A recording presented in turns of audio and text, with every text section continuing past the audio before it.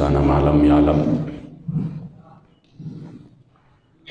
والصلاة والسلام على قاسم العلوم والحكم وعلى آله وصحبه سادات العرب والعجم أما بعد فأعوذ بالله من الشيطان الرجيم بسم الله الرحمن الرحيم يا أيها الذين آمنوا استجيبوا لله وللرسول إذا دعاكم لما يحييكم صدق الله مولانا العظيم وصدق رسوله النبي الكريم الأمين وقال رسول الله صلى الله عليه وآله وسلم كنت أول النبيين في الخلق وآخرهم في البعث صدق رسول الله صلى الله عليه وآله وسلم ہزار ہزار عالم درستا کی حران محبوبہ لگے لگے کڑم شنصب میں دا ایمان محبوبہ دا کائنات جملہ ذرے کم روح نکری رب ہر نفس قسم پر رب تانا قربان محبوبہ ازل نتر ابد ہر دم دا رب دا علم پشمار وید تکرار پڑیر تعظیم دا حق بیان محبوبہ او صدقہ کڑ سر و مال د خپل دلبر صدقہ کڑ سر و مال د خپل دلبر ک طالب ید وصال د خپل دلبر په جهان ک مهرویان زی حسن ډیر دی ولی نوی نمسیال د خپل دلبر او د مولا سر دراز و نیاز د پارا جبرائیل گڑم دلال د خپل دلبر او خدای میں مکڑا چی پا بام د جنت ورکڑم خائستہ در و دیوال د خپل دلبر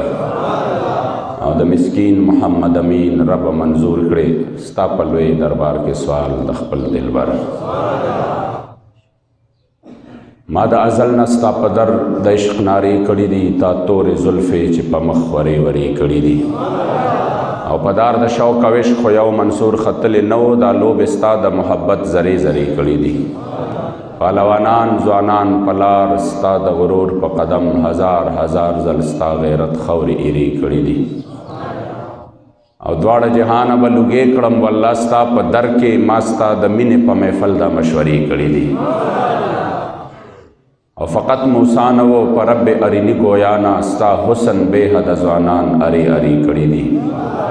او د محمد امین فقیر په زړه د ښکلي نقشې ښکلي محبوب د مدینې منورې کړي دي قال الله تبارک وتعالى في شان نبينا مخبرا وآمرا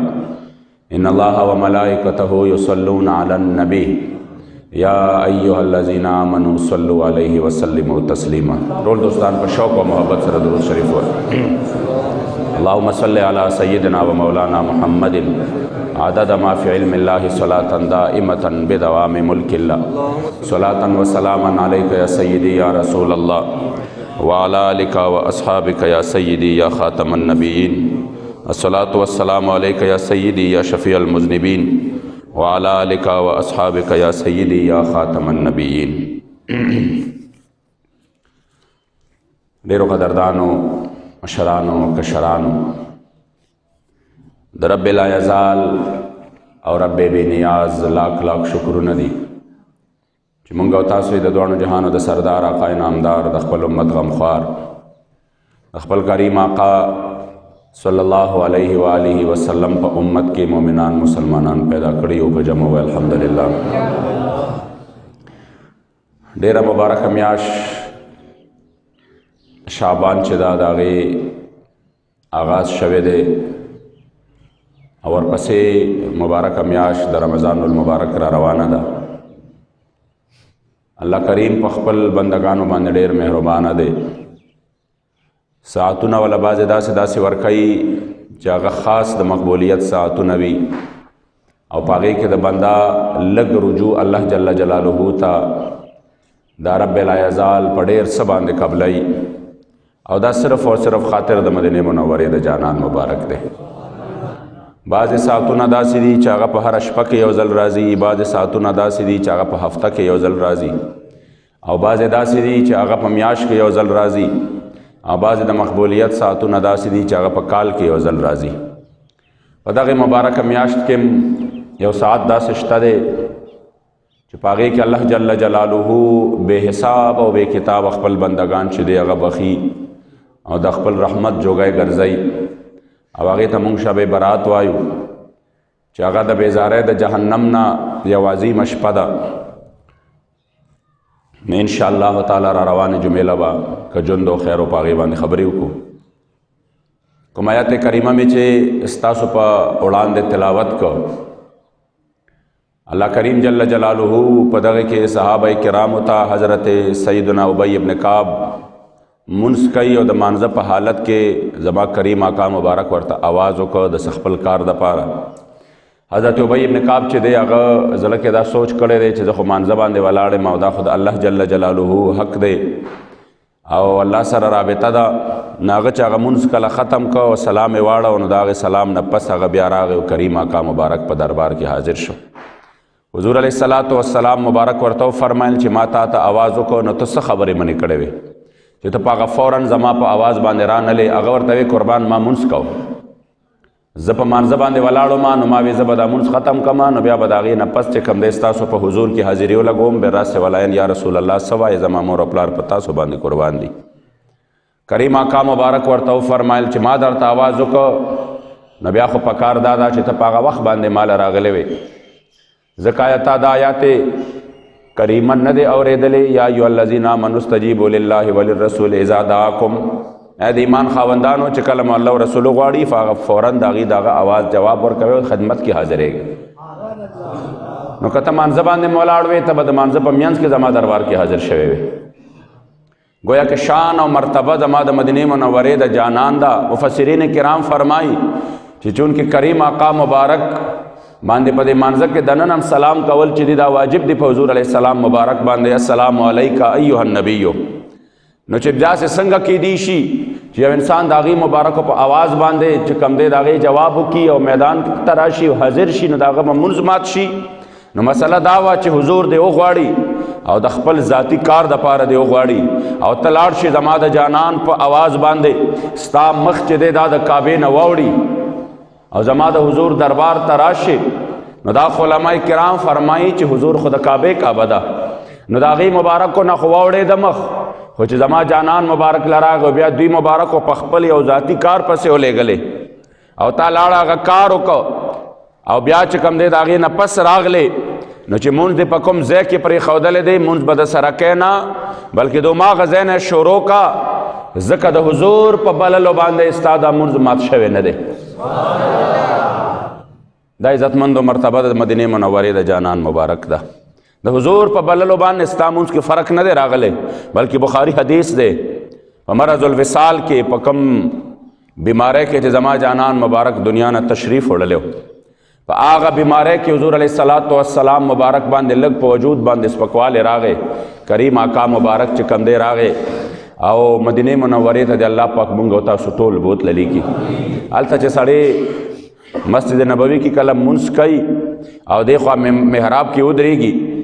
نو چې محراب کې ودرېږي او قبلې ته مخامخ شي نو ګس طرف ته یعنې د زړه سایډ ته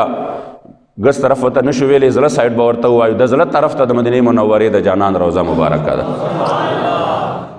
هلته کې چې انسان وګوري هلته نو چې ته د حضور روضې ته مخ کې نو ستا د قبلې نه مکمل طور باندې مخ اوړي ستا. حضرت سیدنا ابوبکر صدیق مانځه باندې ولاړ دی رضی الله تعالی عنہ خلیفہ افضل البشر بعد الانبیاء والرسل حضرت سیدنا ابوبکر صدیق رضی الله تعالی عنہ مبارک ولاړ دی او مونځ کوي. صحابه کرام ورپسې شاته ولاړ دی بیا د صحابو مونځ هم تاسو ته پته وه خو زما کریم آقا مبارک چې د عایشه بی د دغې کور مبارک صرف پرده داسې کړه چې د خپلو عاشقانو اقتدا وګوري د ابوبکر صدیق په اقتدا کې چې څومره مزه کوي او څومره خوند کوي. ټول صحابه کرام چې توجه قبلې ته وه خو په زړه کې دا و چې د 3 ورځو نه دیدار د مدینې منورې د جانان مبارک نه و کړی. عزتمندو صحابه خو داسې وو چې د حضور نه بغیر خو د هغې چاره نه وه. زما د کریم آقا مبارک نه بغیر د هغې چاره نه وه. امام حاکم یو روایت را نقل کړی دی یو ورځ ابوبکر صدیق رضی الله تعالی عنہ خلاف معمول د کور نه بهر ته راووته داسې کچه غرمه وه په هغې کې بهر ته راووته او بهر ته راغې چې وی قتل نو د مدینې منورې جانان مبارک تشریف فرماو. کریم آقا مبارک تشریف فرماؤ. حضرت سیدنا عمر فاروق رضی اللہ تعالیٰ عنہ مبارک تم پدک کٹیم کے پکور کے لگ دلو کے احساس شو. آغا مبارک روت بہر تچراغ حضور تشریف فرماؤ. نظما کریم آقا دا حضرت عمر فاروق نہ تپوسو کو اتس خبر راوخ کلے. آغا ورطوی الجو یا رسول اللہ زلو گے راوخ کلم. سیدنا ابو بکر صدیق نہ تپوس کو اتس خبر راوخ کلے. آغا مبارک ورطا فرمائی چیزد اخپل محبوب دیدار بہر تراوخ کلم. اس علماء فرمائی کہ ابو بکر صدیق رضی اللہ تعالیٰ عنہ مبارک تم دلوگ احساس ہو نو دا آغی پا وجہ دا کور نا بہر تراوت او حضرت عمر فاروق سے تم دلوگ احساس ہو نو بہر تراوت چی دا حضور دربار کی حضریو لگئی. وہ حضرت سیدنا ابو بکر صدیق پل مدعا پا ناشنا انداز کی بیان کلا او حضرت عمر فاروق پا بل انداز کی بیان کلا. حضرت سیدنا ابو بکر صدیق تم دلوگ احساس ہو و جی زما جانان مبارک ورطو فرمائے چی صد پارا روت سوج روخ کلے باعث سو ناغی مبارک و دیدن دا حضور مبارک یاد کو زکا عزت مندو چی صحابہ کرام تبکل دا لوگ احساسو دا تند احساسو او اغیتا با روٹے نوا اغیتا با خوراک سکاک نو نو کاغیبا دیدن دا مدینہ منورے دا جانان اکو نو دا دیدن دمرا خواگو چی دا صحابہ با پہ لگم ہیرشو تند بم پہ ہیرشو. دا عزت مندو زما دا کریم آقا مبارک مینوا محبتو چی پزلکی میں شوزہ استا محبت پکی پرے نخود بلشہ استا محبت او یو وقت میں ندبے استا محبت زما ہر وقت کے دے استا محبت او دا بلبل چی صبح دم پزور جاڑی گل سرکلو زڑگے استا محبت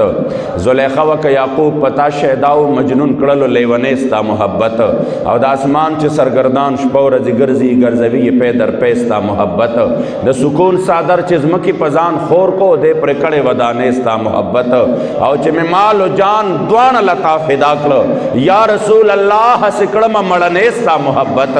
نو ما محمد امین پزان باندے فرس کڑے دا زڑت سراڑم بنے استا محبت. دا عزت مندو چاگا مبارک مروت عمر فاروق صاحبوی الجو یا رسول اللہ لگے باہر تراو بستم داگے مقصد امداو چا یا رسول اللہ چا لگا راتاو لگے دا نماوے کا خوراک نشتا نو دیدن دا مدینہ منورے دا جانان خوشتا نماوے زبدے دا پاراو زما چا دا خپل جانان دیدن حکم او دیدار حکم نو پا دیدن دا جانان باندے با لگم ہیرشی و تندم ہیرشی. زکا عزت مندو دا داگے صحابہ کرامو دا دریو رز حالات داو چا حضور نو لیدلے زما جانان مبارک دیدن نو کڑے نو کلو کا تند بابا خو پروا بنو دا حضور دیدن بیو کو چی دا حضور دیدن نو بیا صحابہ سکڑے وے نو ٹول پا داگے کی غم جنو چی دا حضور علیہ السلام مبارک دا دیدن لمحے راغلے نو ٹول دا کعبے مبارک رخ پرے خوادا و مخامق دا حضور نظارہ شروع کلا خو پدے باندے پدے سینرہ گرزولو باندے چی سینرہ توشوا پدے باندے دا صحابہ منز مات نشو حالانکہ شرعی مسئلہ دادا چکل دا کعبے مبارک کے نمخ و سینہ پورا توشی نو بیا پدے باندے دا انسان چکم دے سماتی گی منز ماتی گی چی سینہ مر سر توشی نو دا چکم دے سوکڑا دوی چکم دے راتاو شو دا حضور طرف تو مکمل اخپل مخ راتاو کو مگر منز مات نشو بلکہ زما جانان اخپلا پردہ چکم دے واپس دا سکڑا دیدن ورک صحابہ بیا دا آغی دیدن چکم دا آغی خوند و کیفیت و غم صحابہ بیان کرے دے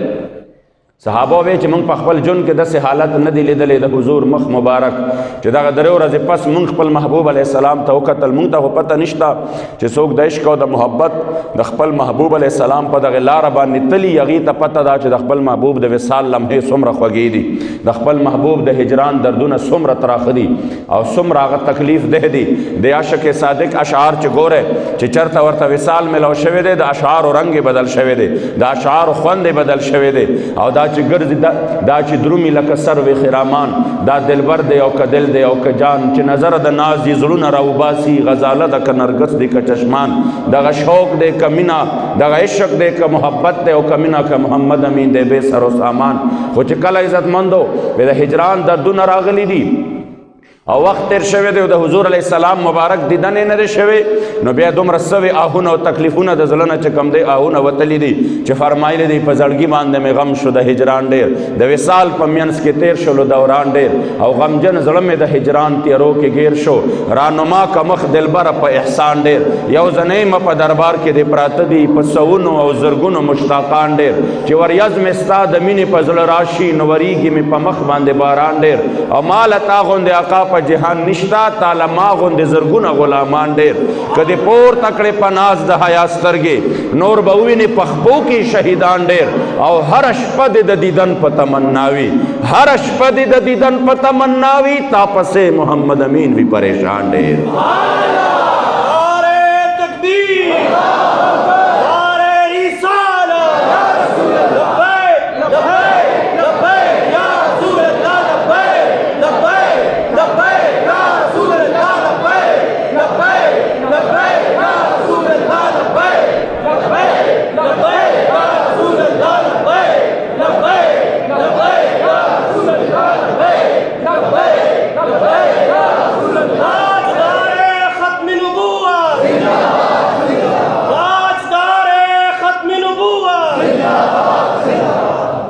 ځکه عزتمندو دا شان دی د مدینې منورې د جانان مبارک نه چې تر څو د امت د خپل محبوب علیه الصلاة والسلام سره دغه د عشق او د محبت دغه رشته قایمه وه، خو هغه عظیم هستی بیا داسې وی چې د هغې د یو یلغار نه به روم او ایران چې کوم دی دا په لرزان باندې و، تر څو چې د محبت رشته دا قایمه وه چې د صلح حدیبیې په موقع باندې صحابه کرام د حضور رخسار ته ګوري، د حضور علیه الصلاة والسلام لعاب په ځمکه باندې نه پرېږدي، د حضور علیه الصلاة والسلام مبارک چې کوم دی څه کېږي د هغې مبارکو دا داسې اوبه په ځمکه باندې نه پرېږدي، نو کفارو دغه پیغام بیا خپل چې کوم دی خلکو له یوړه، او په هغه وخت کې چې عروه ابن مسعود ثقفي ایمان نه راوړی دی واپس لاړه، نو هغه وی چې والله ما د قیصر او کسرا او د نجاشي او دا دربارونه ما کتلی دي، مگر کوم عزت ادب او تعظیم چې د حضور صحابه د حضور علیه السلام مبارک کوي داسې ما په ټوله دنیا کې د چا نه دی کتلی. د حضور رخسار مبارک ته ګوري چې د حضور رضا په څه کې ده، په مقام تنعیم کې حضرت خبیب رضی الله تعالی عنہ چې کفارو په دوکه باندې گیر کړو او بیا اعلان کړو چې تاسو راشئ خپل خپل بدلې د بدر واخلئ، خلک ټول چې په بدر کې د چا پلار مړو، د چا رور مړو، د چا خاندان کې څوک ټولو د ځان سره تورې او نیزې او چړې او هر یو څیز راوړی، او دا مبارک یې ځوړند کو، او بیا د مبارک نه چې کوم دی یو اخري تپوس وکړه ورته وی که مخکې د څه خواهش راته ووایه، څه خواهش دې وي راته ووایه. حضرت خبیب ورته فرمایي خواهش مې دا دی چې زه د شهادت نه وړاندې 2 رکعاته نفل کول غواړم. چې دا مبارک کله چې کوم دی لاندې راکوز شو نفلو ته، نو کفارو د ده مبارک مخې واړو، خو چې مخې واړو نو د ده مبارک رخسار د مدینې منورې طرف ته شو. دی مبارکو په هغه ټیم کې وفرمایل فاینما تولوا فثم وجه الله، دلته که کعبه وه نو چې ما کوم طرف ته مخ کړې دی دا بیا د کعبې کعبه ده.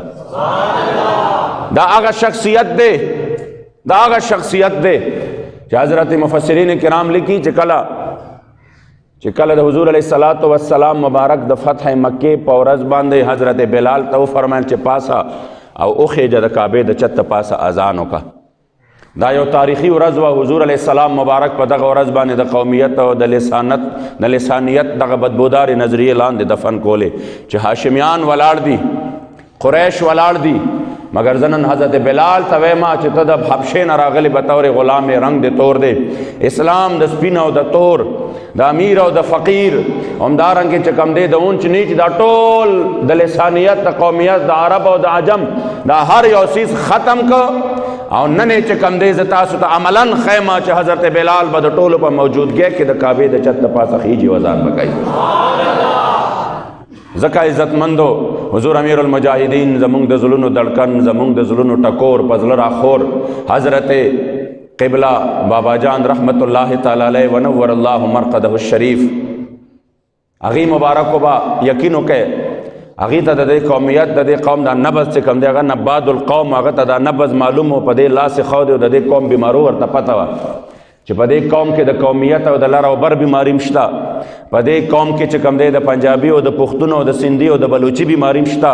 په دې قوم کې چې کوم دی د پاکستان او د افغانستان او د کشمیر او د عراق او د شام او د یمن د سرحدونو بیماری شته. دی وی نه که سرحد هلته کې چې کوم دی په افغانستان اور بل دی نو څه چلو شو، زه خو پاکستان کې اوسېږم.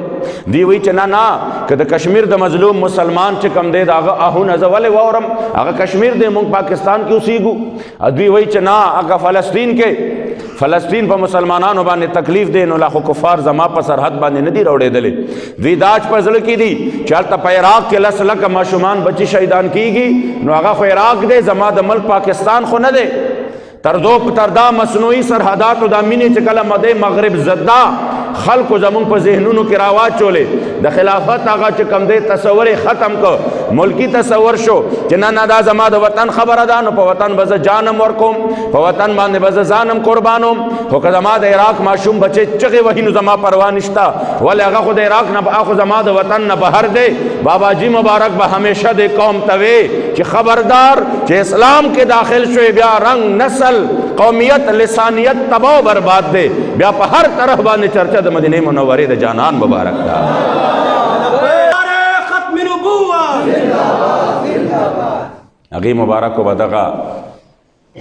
خبر کولا چې اسلام بس خبر ختم شوا.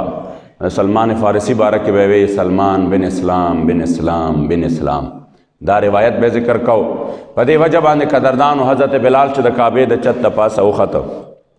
او اذان شروع کړو، چونکې مسله خدا دا چې سړی چرته اذان کوي نو رخ به کعبه مبارکه سیټ ته کوي، طرف د کعبه ته به کوي چې چرته کعبه معظمه ده هلته به هغه چې کوم دی هغه سیټ ته به مخ کوي او اذان به کوي. داسې به نه کوي چې اذان به یا دې طرف ته کوي یا به دې طرف ته کوي یا به دې طرف ته کوي، چونکې کعبه مبارکه مخامخ ده، لہذا دی به اذان چرته کوي کعبه مبارکه سیټ ته کوي. اوس چې حضرت بلال د کعبه د چت د پاسه وخته نو هغه خو د کعبه د پاسه ولاړو ہوئے دے باندے او زما جانان مبارک لاندے طواف کو. علماء کرام فرمائی چھ ناشنا گندے نظارہ جوڑا شوا. حضرت بلال چھ کم دے دا حضور طرف تا مخ کرے چون کے ورطا پتوا چھ دا جانان مبارک منگتا دے کعبے عظمت خود لے دے نو زا خود کعبے دا پاس آئے ما پوچھو سزان کو منو کم طرف تا با مخ کو ما نو چھ حضور مبارک سنگ طواف کو حضرت بلال ورسر اغس روانو دا حضور مخ مبارک طرف تا مخ کرے و ازان شروع کرے. زکا عزت مندو علامہ اقبال فرمائی ازاں ازل سے تیرے عشق کا ترانہ بنی اور نماز تیرے نظارے کا ایک بہانہ بنی. شوق تیرا اگر نہ ہو میرے نماز کا امام میرے قیام بھی حجاب میرے سجود بھی حجاب. ودے وجہ باندے امام اہل سنت فرمائی ثابت ہوا کہ جملہ فرائض فروع ہے اصل الاصول بندگی استاد جور کی ہے. ودے وجہ باندے چت ہر یو انسان مسلمان دا سو چکی چې دا امیدونو د محبتونو د عشق مرکز که ذات بابرکت د مدینه منورې جانان مبارک وګرځوم نو بیا به الله مسلمانانو لا هغه تیر شوی طاقت واپس ورکي. بیا به هغه قوت چې په کم قوت باندې بدي د عشق و وفا په قوت باندې بدوي ایوانونه لړزول د کفارو هغه به بیا واپس مسلمانان حاصل کی په هغه عشق و قوت باندې چې علامہ اقبال فرمائی اگر جہاں میں میرا جوہر آشکار ہوا قلندری سے ہوا ہے توانگری سے نہیں. سبب کچھ اور ہے تو جس کو خود سمجھتا ہے زوال بند مومن کا بے زری سے نہیں. مبارک فرمائی چې مسلمان د زوال وجه دا نه ده چې د سره توپی نشتا او د سره ټینکونه نو او د سره جازونه نو بلکې زوال د بنده مومن چې دا هغه دا ده چې د سره حسم نو تنها به ولاړو او بغیر د اسبابو به د اتو تر سره د بدر میدان کې ولاړو خو چې کوم طاقت به د سره و هغه طاقت به د حضور د عشق او د وفا والا طاقت و هغه طاقت به د اسلام طاقت او د اسلام په طاقت باندې به چې کوم دی مسلمان دا بسیو دا به په میدان کې ولاړو. نو راځه عزتمندو چې نن مونږ ځان سره دا عزم وکړو چې کوم کریم آقا مبارک زمونږ او ستاسو د پاره د امیدونو مرکز دی د عشق او د محبت مرکز دی او د طاقت مرکز دی د مسلمان د ایمانی غیرت او حمیت مرکز دی چې مونږ د دنیا د ټول هر څه نه مخونه راواړو او مخ د مکینی ګنبد خضرا د مدینه منورې د جانان طرف تکو. او بیا موجوده دور کې چې په اسلام باندې کومې حملې شروع دي د خپل محبوب د دین سره وفا وکړو د دنیا د الله العاب او د دنیا د جاه جلال تشاکو حضور طرف تمخ کو پیمان در تویم چې د دنیا د هر نعمت بستا سو قدمونو لرا منډې وای او کم محبوب چې زمونږ سره دومره مینه کړې ده، مونږ په دنیا کې وفادارۍ لټو، هر سړی وفاداري لټوي، که دوست سره دوستی کوي، که کاروبار سره کاروباري کوي، چېرته د دوست سره مطلب یې دا وي چې زما د ده سره یو لین دین جوړ شي او د نه زه څه فایده واخلم، دی زما په کار راشي، زه د ده په کار راشم. همدارنګې که سیاسي وابستګۍ وي، هغه هم د دې دپاره وي چې یاره دی زما څه کار وکړي، زه دې زما سره څه دغه وکړي، وفاداري وکړي. نو عزتمندو اکثر داسې کېږي چې دا دنیا کې دا وفادار سړی چې ډېر مشهور وي، بیا کله کله بے وفائی شروع کی، کله در باندې ځان ناغرضه کی، کله درنه مخ واړی، کله ورته ته ټلیفونونه کوې نه راوچتوي، کله درنه هسې خفه شي، کله یې وس طاقت کې یو کار نه وي، ستا ته نه چې کوم دی تمې ډېرې وي، امید دې ته نه ډېر وي، هغه وایي زه نه شم کولی، دا نه ما لاس کې نه دي، تا بیا سر نیولي، کله وایي ما سره دوکه کوي. نو زه عزتمندو کائناتو کې یو داسې هستي شته چې د هغه نه وفادار په مخ د ځمکه باندې بل نشته، او هغې مبارکو الله په لاسو مبارکو کې دا ټولې خزانې ورکړي دي، او چې څنګه یې وغواړي عزتمندو نبی مختار کل ہے جو جسے چاہے عطا کر دے، زمین کو آسما کر دے، سریا کو سرا کر دے، چې سم غواړي الله کریم جل جلاله ورته اختیار ورکړی دی، هغې مبارکو لا الله اختیار ورکړی دی د ټول ملک د ټولې دنیا د خزانې او د ټول آخرت دغه چې کوم دی د جنتونو دا نعمتونه دا زما د جانان مبارک په لاسو باندې الله پاک تقسیم کړي دي. نو راشه یو داسې در ته ولې ځان نه غورځوئ، او بیا کوم در چې وفادار دومره دی، مینه محبت تاسو سره دومره دی، والله العظیم تاسو به حیران پاتې شئ. عایشه به یو ځلې زما کریم آقا مبارک یې ولیده چې حضور بسط کې دی، حضور خوشحاله دی، نو دی مبارک د وخت نه فایده اخیسته، حضور مبارک ته وفرمایل چې قربان زما دپاره دعا وغواړئ. عایشه صدیقې طیبې طاهرې رضی الله تعالی عنها مبارک کې په دې وینا باندې حضور لاسونه پورته کړل او د خپل زمونږ او ستاسو د مور بیبي په حق کې کریم آقا مبارک چې کوم دی دعا شروع کړه. چې کله دعا شروع کړه نو وی فرمایل چې یا الله کریم جل جلاله د حضرت عایشه مخکینی، رستنی، ظاهری او باطنی یعنی پټ او ښکارا مخکې او وروسته ټول ګناهونه یا الله معاف کړي، او دې سره د کرم معامله وکړي. عایشه به دومره خوشحاله شوه چې زما د جانان د خولې مبارکې نه د الفاظ واورېدل چې حضور ماته دعا وکړه، نو ورته پته وه چې بس خبره ختمه شوه، نو دومره زیاته خوشحاله شوه چې د ډېرې خوشحالۍ نه دا سر لاندې راغی، ډېره زیاته خوشحاله شوه چې د ډېرې خوشحالۍ نه دا سر لاندې راغی. نو زما جانان چې ورته وکتل نو حضور تبسم وکړه، ورته وی عایشه دومره خوشحاله شوې، څه وجه ده؟ هغې ورته وی قربان خوشحالېږم بنا ستاسو د زبان نه راته دومره ښکلي کلمات ادا شو، دعا او بیا ستاسو د زبان مبارک نه که خوږې شونډې دې ډوبې په یو ځل کړې، تر ګبینه به خوږې کړې آب شور، او زه په تا شیدا یم غم او ښادي څه کړم، ستا په لورې مې دوه سترګې دي څلور، او ستا په در کې مې د مینې په اور سوځه د زړه سره د لیچنو سترګو تور، ستا د زلفو په یو تار چې جهان واخلم، خدای مې مه کړه دومره شوخ او دومره سپور، او په محمد امین که غم وی غم دی اوسي، خو ستا د حسن ګلستان دی وي سمسور. د هغې شونډو مبارکو نه ماته دعایه کلمات ووتل چې دې باندې عایشه بیبي مبارکه خوشحاله شوه ډېره زیاته، او حضور ته تپوس وکړ و یا رسول الله خوشحالېږم به ولې نه دومره عظیمه دعا دې راته وکړه. واورئ د حضور مبارک ګناهګار امتیانو، نن که مونږ هم د دغې نبي سره وفا نه کوو زمونږ څومره بدقسمتي ده. زما جانان مبارک ورته ډایرک وفرمایل عایشې واوره والله انها لدعوتي لامتي في كل صلاه، نن مې تا ته یو پیرې وکړه ته دومره خوشحاله شوې، قسم په ذات د خدای چې دا دعا خو زه امت ته د هر مانځه کې کوم. جمع باندې ټول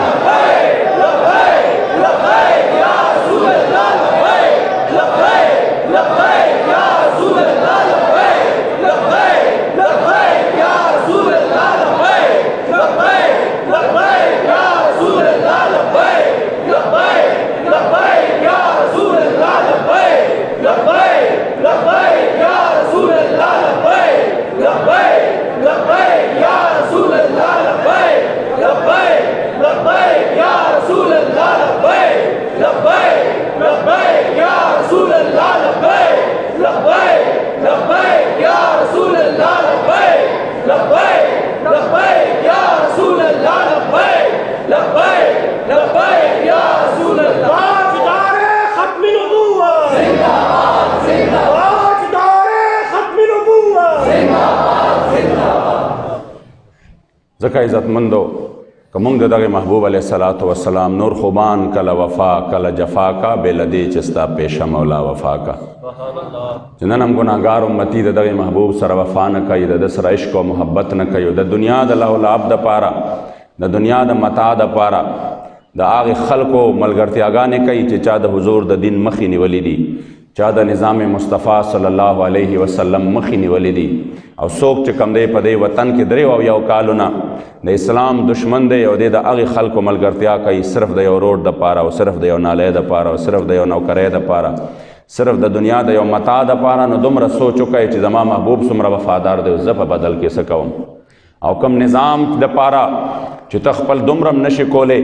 چې د خپل ژوند یو 2 غنټې ورکې د خپل ژوند د ورځې او د شپې 1 غنټه ورکې او د کم نظام دپاره چې زما جانان مبارک خپل د کربلای معلی په میدان کې د حضرت سیدنا علی اصغر او د حضرت سیدنا علی اکبر غوندې شهزادګان قربان کړي دي امام حسین قربان کړی دی او ته د هغې نظام دپاره خپل د شپه ورځې 24 غنټو کې 1 غنټه هم قربان نه کې نو عزتمندو لږ سوچ وکړه چې ولاړ بیا چرته یو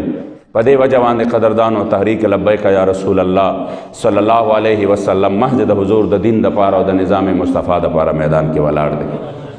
او الحمدلله په هر میدان باندې دا ښودلې ده چې زموږ د دنیا مفادات په نظر کې نشته بلکې دنیاوي مفادات تاسو ته پته ده ډېر لوی تکلیفونه دي ازمایښونه دي امتحانات دي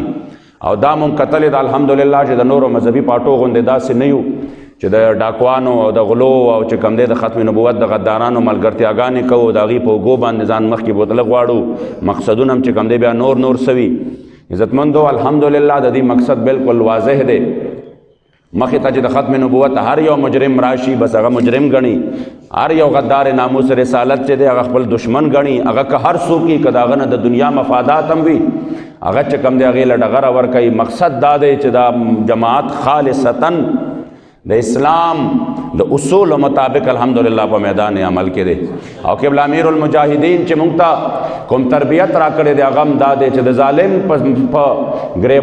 د ظالم په اوږو باندې او د ظالم په حمایت باندې چرم نه بلکې د اسلام په طاقت باندې په میدان کې ودرېږي نو انشاءالله تعالی د جماعت چې کوم دی الحمدلله پاکستان کې یو نوی بنیاد کېښوده د یو اصولی او نظریاتی او اسلامی سیاست بنیاد کېښوده او الحمدلله په ټول وطن کې ورته د خلکو توجه شوه که پنجاب دی که سند بلوچستان او که کشمیر دی په هر طرف باندې الحمدلله د خلکو توجه شوه او هغې چې کوم دی دا ومنله چې انشاءالله هم دا جماعت چې دی دا به یو سیاست په دې وطن کې یو مذهبي سیاسي قوت دی او دا به د اسلامي انقلاب دپاره انشاءالله میدان ته راځي نو زما یقین دی چې تاسو به انشاءالله تعالی د خپل محبوب علیه السلام د دین د رضا دپاره د دغې جماعت انشاءالله ملاتړ جوړېږي او پاکستان کې به انشاءالله د نظام مصطفی دپاره موږ یو مضبوط بنیاد ایږدو انشاءالله کومه معاهدات د 20 اپریل پورې حکومت وقت زموږ نه ټایم اخیستی و نو زه بیا وایم که کوم لیکلو والا یې غټ دې ولیکي او دا معاهده چې کوم دی زموږ یاد دهاني ورته کومه چې مونږ پابند یو د دې چې د 20 اپریل نه وړاندې به تاسو زمونږ په معاهده باندې عمل کوئ د فرانس خلاف بل چې دی دا به پارلیمنټ کې پیش کوئ که تاسو له ډېر مالونه او دولتونه درکړي که تاسو له ډېرې قرضې درکړي که تاسو مونږ ته ډېر هم دا ووایئ چې د هغې په قرضو زمونږ وطن روان دی مونږ وایو د ګستاخانو مال او دولت چې دی دا عذاب دی دا بې برکتي ده دا د قوم کې نور هم چې کوم دی دا قوم په عذاب کې مبتلا کوي لہٰذا د وعدې مطابق د هغې سره د فرانس سره چې کوم دی دغه بایکاټ وکړئ بصورت دیگر موږ د خپل امیر محترم د خپل قائد محترم حضرت حافظ سعد حسین رضوي دامت برکاتهم و فیوزاتهم علینا د یوې اشارې منتظر یو انشاءالله تعالی چې څنګه حکم بیا هغې کوي موږ به انشاءالله برأس والعین هغې ته ولاړ یو خو دا متمه ده چې جماعت چې کوم دی د یو ریاستي سطح باندې چې واده وشي د هغې بیا مخالفت نه پکار او چې مخالفت مو وکړو نو بیا مو هېڅ خپل د آینده دپاره مو د سره یو څیز هم پرې نه ښوده بیا به موږ مذاکرات د چا سره کوو بیا به موږ خبره د چا سره کوو بیا به موږ منو د چا او بیا به موږ یقین د چا په خبره باندې کوو لہٰذا د قوم د جذباتو ترجمانی وکړئ او تاسو چې کم دی په دې کې بل مې دا خواست دی چې څومره زما رونه زما د آواز اوري یاد وساتئ دا چې کم دی د دې آیت کریمه په ضمن کې مشته چې د ګستاخانو مال د ګستاخانو کاروبار دا انسان لا انتهایی بې برکتي راولي د مال او دولت د هر څه د رزق د خپل کور کې د بچو د عمر ځکه عزتمندو د مسجد درار صرف یو ستن حضرت ابو لبابا په کور کې لګولې وه او د هغې ستن په وجه باندې د هغه بچي نه کېدل، د هغه په کور کې چرګ وانډې نه ورکولې او د هغه په کور کې چې کوم دی کونټرو او مرغو اوازونه نه کول، چې یوه ستن صرف د هغې ګستاخانو د جومات د په کور کې لګېدلې وه او د راوړې وه. په دې وجه باندې قدردانو یاد ساتئ چې د فرانس مصنوعات چې دي دا زمونږ وطن له برکت چرې نشي ورکولی. دا همیشه دا چې دلته راځي که بسکټ دي، که دغه دي پرزې دي، که د خوراک سامان دی، که دا نور د ګاډو پرزې دي او که د میزایلو پرزې دي، خو دا چرې چې کوم دی څه نشي کولی، دا د قوم له چرې برکت نشي راوستی، ترقي نشي ورکولی، بلکې دا قوم چې ورځ په ورځ د دومره قرضو باوجود په دغې ذلت کې روان دی. د هغې وجه دا ده چې تاسو ګستاخانو ملکونو ته خولې وازي کړي دي. نظر باب اختیار ته وایم که قوم خوشحالول غواړئ د هغې په مال باندې توکه او ورته ووایه چې زما د جانان مبارک بې ادبي او ګستاخي کوي، مونږ د هغې ټولې دنیا خزانې هم راته کېدي په قدمونو کې، مونږ هغې ته محتاج نه یو، مونږ به هغې در ته ګورو چې سلام د محمد امین عرض کړی په حضور د محبوب او جولی خالی راوړی چا له دې درباره نه ده. مونږ به هغې در ته ګورو چې کوم در نه چا ورته ځان سپارلی دی. امیر المجاهدین به فرمایل تو آیا نه درته کیوں بد نصیبا، هزاره رنګاوې چې رنګې دی محمد، راشه د حضور در ته په دومره رنګونو کې دی رنګ کي چې ستا د دنیا بل یو شي ته هم ضرورت پېښ نه شي. الله کریم دی زمونږ او ستاسو د خپل محبوب په صحیح معنو کې مینه او محبت نصیب کی. آمین. الحمدلله رب العالمین والعاقبۃ للمتقین والصلاة والسلام علی خیر خلقه محمد وآله واصحابه اجمعین. الله کریم جل جلاله څومره ملګري دوستان چې دلته حاضر دي، خدای پاک د ټولو یا الله د دواړو جهانو خیرونه نصیب کړي. یا الله کریم جل جلاله حاضره مجمع خدای چې څومره دوستان راغلي دي، لرې نه نږدې نه مېلمانه راغلي دي مختلفو ځایونو، خدای پاک د ټولو په ژوند کې خیر او برکت واچوي. خدای پاک ټولو له د دارین عزتونه او خوشحالۍ ورکړي، غمونو نه مصیبتونو نه مشکلاتو نه خدای سره زموږ په خپل زمان کې وساتي، کامیابۍ کامرانۍ خوشحالۍ عزتونه د ټولو نصیب کړي. حاجي آباد شریف خدایا خپل محبوب علیہ السلام په دین باندې آباد لري، او بالخصوص د دغه عظیم هستی د فخر کشمیر عاشق رسول مداح مصطفیٰ مجاہد ختم نبوت حضرت الحاج محمد امین بابا جی رحمت اللہ تعالی علیہ ونور اللہ منقدہ الشریف فیضان خدای مونږ ټول باندې الله عام کې، موږ د هغې مبارکو د فیض نه مستفیض وګرځئ. حضور امیر المجاهدین خدای درجات بلند کې، د هغې د فیض نه خدای مونږ مستفیض وګرځئ، د هغې غیرت نه، عشق او محبت نه، ننګ حیا نه، او یا الله کریم د هغې تقوا او پرهیزګارۍ نه خدای مونږ ته برخې او حصې نصیب کړي. حاضره مجمع کې خدای چې چا څومره مشکلات دي محتاجۍ دي، خدای د ټولو مشکلات آسان کړي، محتاجۍ ختمې کړي. تحریک ته خدای د حضور د دین دپاره عظیمې کامیابۍ ورکړي، په هر میدان او هر ډګر باندې خدای کامیابي نصیب کړي. په دې وطن کې چې چا د اسلام مخې نیولي دي، خدای د هغه بې غیرتو فساقو فجارو نه دا وطن خالي کړي، او خدای ته په خپل هر څه کې خدای ناکام کړي، هر یو سازش کې دین متین خدمت مو د جون په هر سا کې نصیب کې. یا الله کریم جل جلاله د جون په هر سا کې نصیب کې. دا یو چټ مختیار صاحب د باجوړ کورونو ډېر وخت نه بیمار دی، دعا ورته وکړه الله کریم جل جلاله کامل او مکمل صحت نصیب کی. دا بل چټ دی چې جهانگیر ډرایور بیمار دی، اسپتال کې دی، دعا ورته وکړه الله کریم جل جلاله صحت کامل نصیب کی. والد صاحب ته دعا وکړئ، والدې صاحب ته زموږ دواړه بیماران دي چې الله کریم مولا کامل او مکمل صحت د خپل حبیب علیہ السلام په خاطر باندې ورکړي. رحمان الله جی صاحب ته دعا وکړئ الله کریم جل جلاله ولا کامل او مکمل صحت ورکړي. څومره بیماران دي، د خیال صاحب دی رور بیمار دی، ډېر سخت بیمار دی، دعا ورته وکړئ الله کریم جل جلاله ولا صحت کامل شفای کامل عاجله ورکړي. څومره بیماران دي خدای ته معلوم دي، او یا الله کریم بیماری ته معلومه ده، خدای ټولو له صحت کامل شفای کامل عاجله ورکړي. او یا الله کریم حاجی آباد شریف په خپل دین باندې همیشه آباد ولري. دا مدرسه خدای پاک چې تعمیر روان دی، څه قسمه خدای مونږ سره په دې کې څوک جالي او مالي امداد کوي، الله کریم د هغې عوضونه بدلې ول دنیا و آخرت باندې ورکړي. مبارک ورځ شپې را روان دي، خدای پاک ته پکې په خیر سره یا الله کریم جل جلاله د مونږ قسمت وکړي، آخره خاتمه په ایمان کې د ایمان د زوال هم وساتئ. وصلی الله تعالی علی خیر خلقه محمد و آله و اصحابه.